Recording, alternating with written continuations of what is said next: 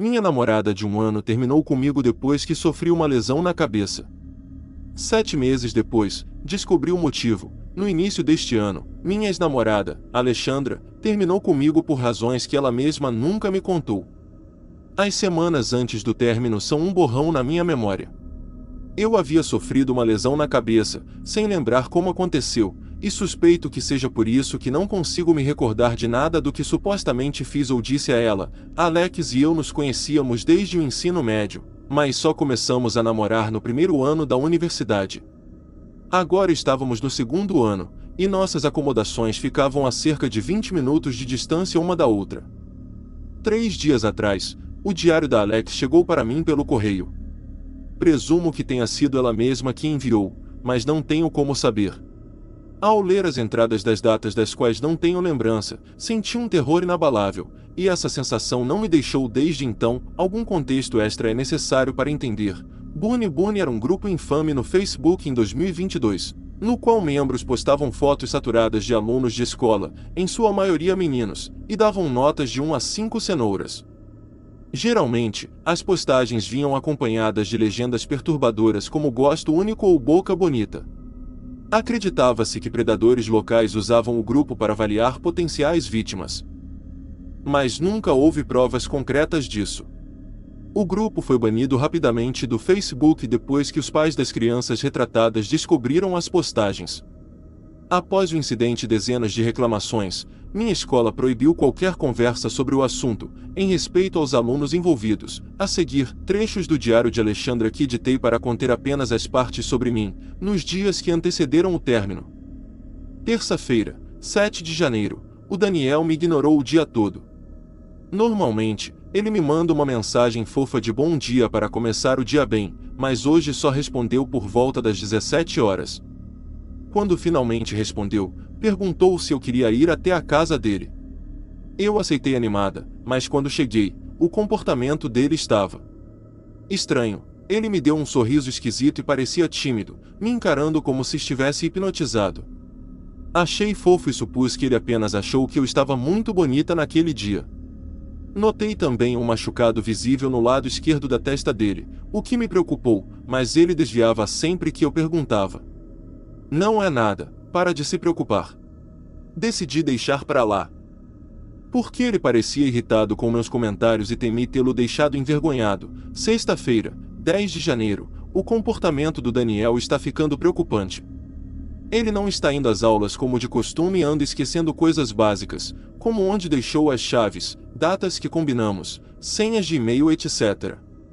E tem um cheiro horrível vindo da cama dele. Ele também desenvolveu hábitos estranhos, que nunca tinha antes. Lamber os lábios sempre que me vê, cheirar meu cabelo, me abraçar com mais força que o normal e piscar muito pouco.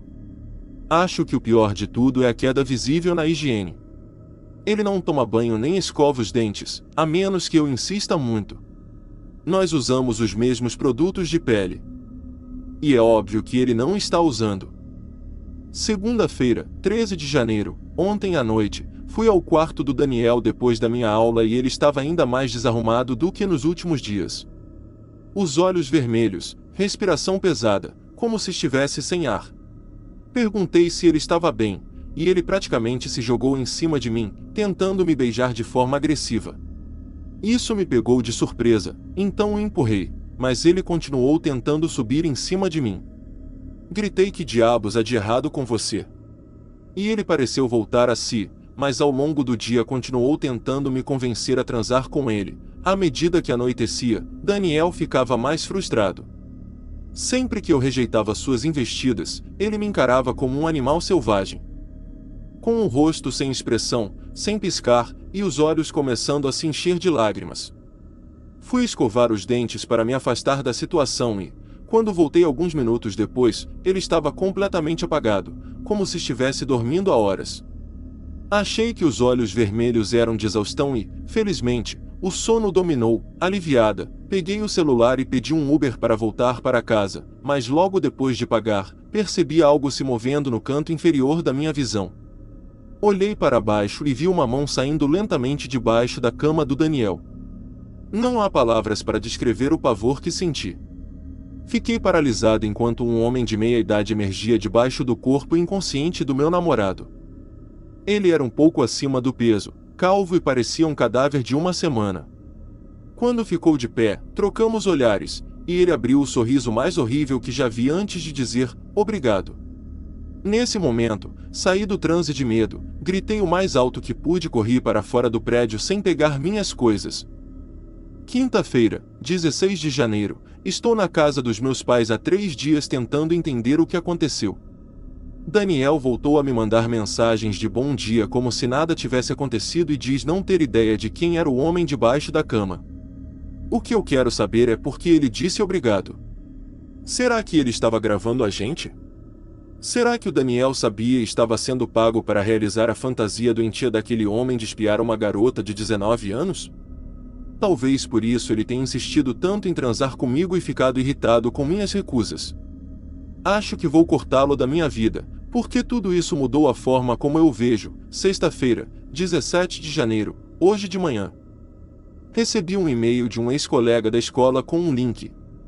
Era para um grupo do Facebook chamado Rabbit Rabbit. Cliquei por curiosidade e não estava preparada para o que vi. O grupo era idêntico ao Bunny Bunny, apenas com outro nome. Centenas de postagens avaliando crianças e adolescentes com cenouras. Esses maníacos continuaram ativos, postando pelo menos 2 vezes por dia no último ano. Minha raiva durou pouco e logo virou horror quando vi um rosto familiar em uma postagem do dia 14.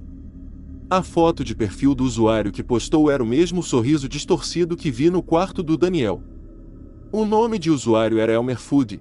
Para meu choque, ele havia postado uma selfie saturada do Daniel.